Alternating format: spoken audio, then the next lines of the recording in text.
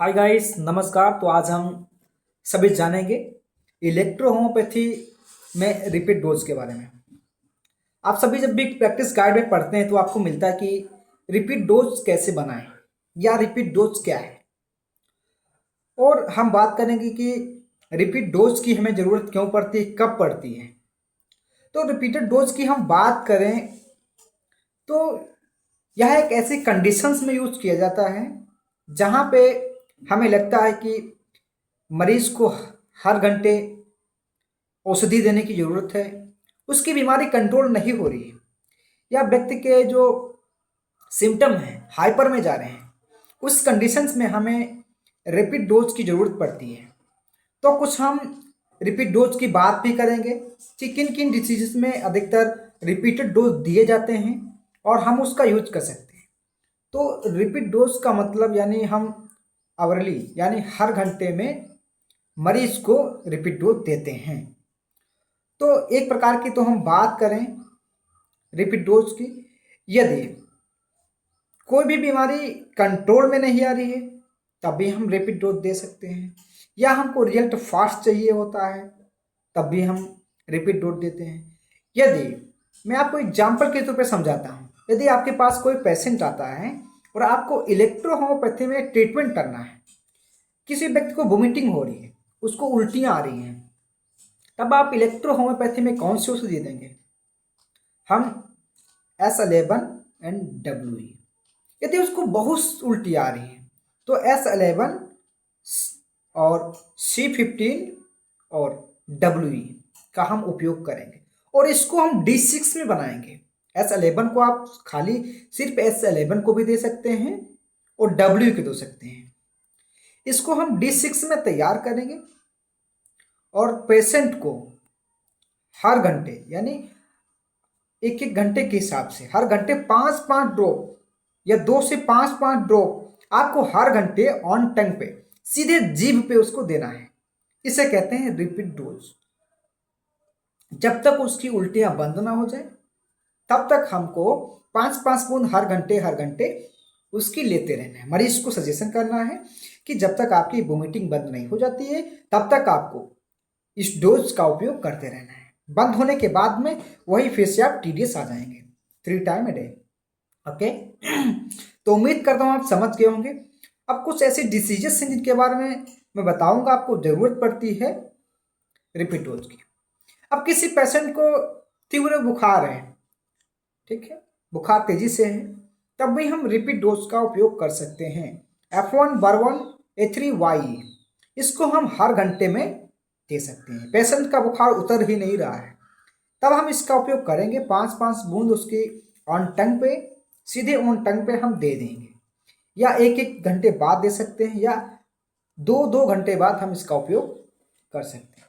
यदि किसी पेशेंट को यूरिन बंद हो गया है, ये कंडीशन एक इमरजेंसी कंडीशन मानी जाती है और उसका यूरिन नहीं आ रहा, उसको पेशाब नहीं आ रहा है, इस कंडीशंस में हम C17Y का यूज कर सकते हैं या इसके साथ में S6C17Y का उपयोग करेंगे।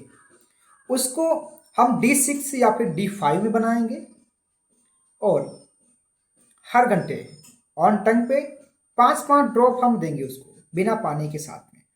आप देखते हैं, आप देखेंगे कि उसको 1 से 2 घंटे में ही यूरिन आना स्टार्ट हो जाएगा। विदाउट कैथेटर लगाए, विदाउट कैथेटराइजेशन के आपको मेडिसिन से ही रिलीफ मिल जाएगा। अदर मेडिसिन देने की जरूरत आपको नहीं पड़ने वाली।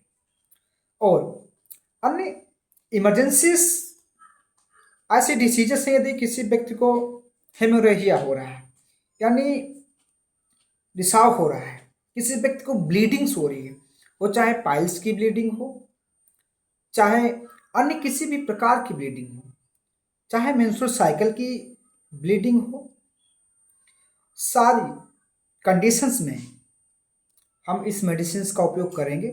मैं आपको बताने वाला हूँ, वो चाहे वोमिटिंग हो उसमें ब्लड आ रहा हो, या पाइल्स हो उसमें ब्लीडिंग आ रही हो, किसी प्रकार की ऐसी कंडीशंस हो जहाँ ब्लड रिसाव ज़्यादा हो रहा है, उसमें हम A2 और BE का उपयोग करेंगे। एंजियोटोको 2 और BE, इसको हम डाइल्यूशन D6 में बनाएंगे और मरीज को हम हर घंटे 5-5 ड्रॉप उसको देने को कहेंगे, यानी 5 बूंद आपको हर घंटे ऑन टंग पे सीधे जीभ पे आपको लेना है। ये एक रिपीटेड डोज हुआ जिसको हम, क्योंकि हमको ब्लीडिंग कंट्रोल करना है विदाउट किसी अन्य मेडिसिन के, सिर्फ इलेक्ट्रो होम्योपैथी दवाओं से। तो आपको हर घंटे 5-5 ड्रॉप सीधे जीभ पर उसको देने को बोलना है कि आपको 5-5 ड्रॉप सीधे जीभ पे लेना है। जब तक आपकी ब्लीडिंग स्टॉप नहीं हो जाती, बंद नहीं हो जाती, आपको कंटिन्यू इस मेडिसिन को लेते रहना है। तो उस कंडीशंस में हम देखेंगे कि 1 से 2 घंटे में या 3 घंटे में उसकी ब्लीडिंग स्टॉप हो जाती है। तो इसका भी उपयोग आप बहुत ही अच्छे से आप कर सकते हैं।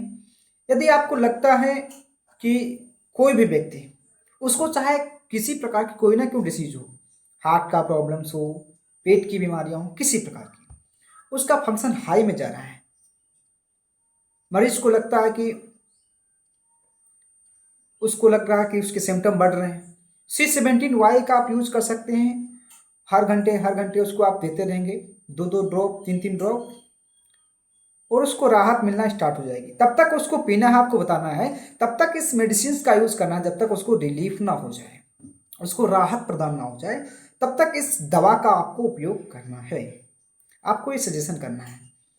और बहुत सारी अन्य कंडीशंस हैं जिसमें हम रिपीट डोज का यूज करते हैं, जैसे कि मैंने 2-3 आपको एग्जांपल डिसीज के बताए हैं। इन बीमारियों में आप रिपीट डोज का उपयोग कर सकते हैं। बाकी कंटिन्यूली आप उसी डोज का उपयोग करेंगे। रिपीट डोज जहां हमें लगता है कि मरीज को देने की ज़रूरत है, उसके हिसाब से हम डाइल्यूशन बनाते हैं और मेडिसिन को देते हैं। तो उम्मीद करता हूं आप रिपीट डोज सीख गए होंगे। यदि किसी प्रकार का आपको कन्फ्यूजन या डाउट रहता तो आप हमसे क्लियर कर सकते हैं, कमेंट सेक्शन में आप हमसे पूछ सकते हैं। हमारा दिया गया नंबर है, इस पर आप हमें संपर्क कर सवालों को पूछ सकते हैं। थैंक्स फॉर वॉचिंग, धन्यवाद।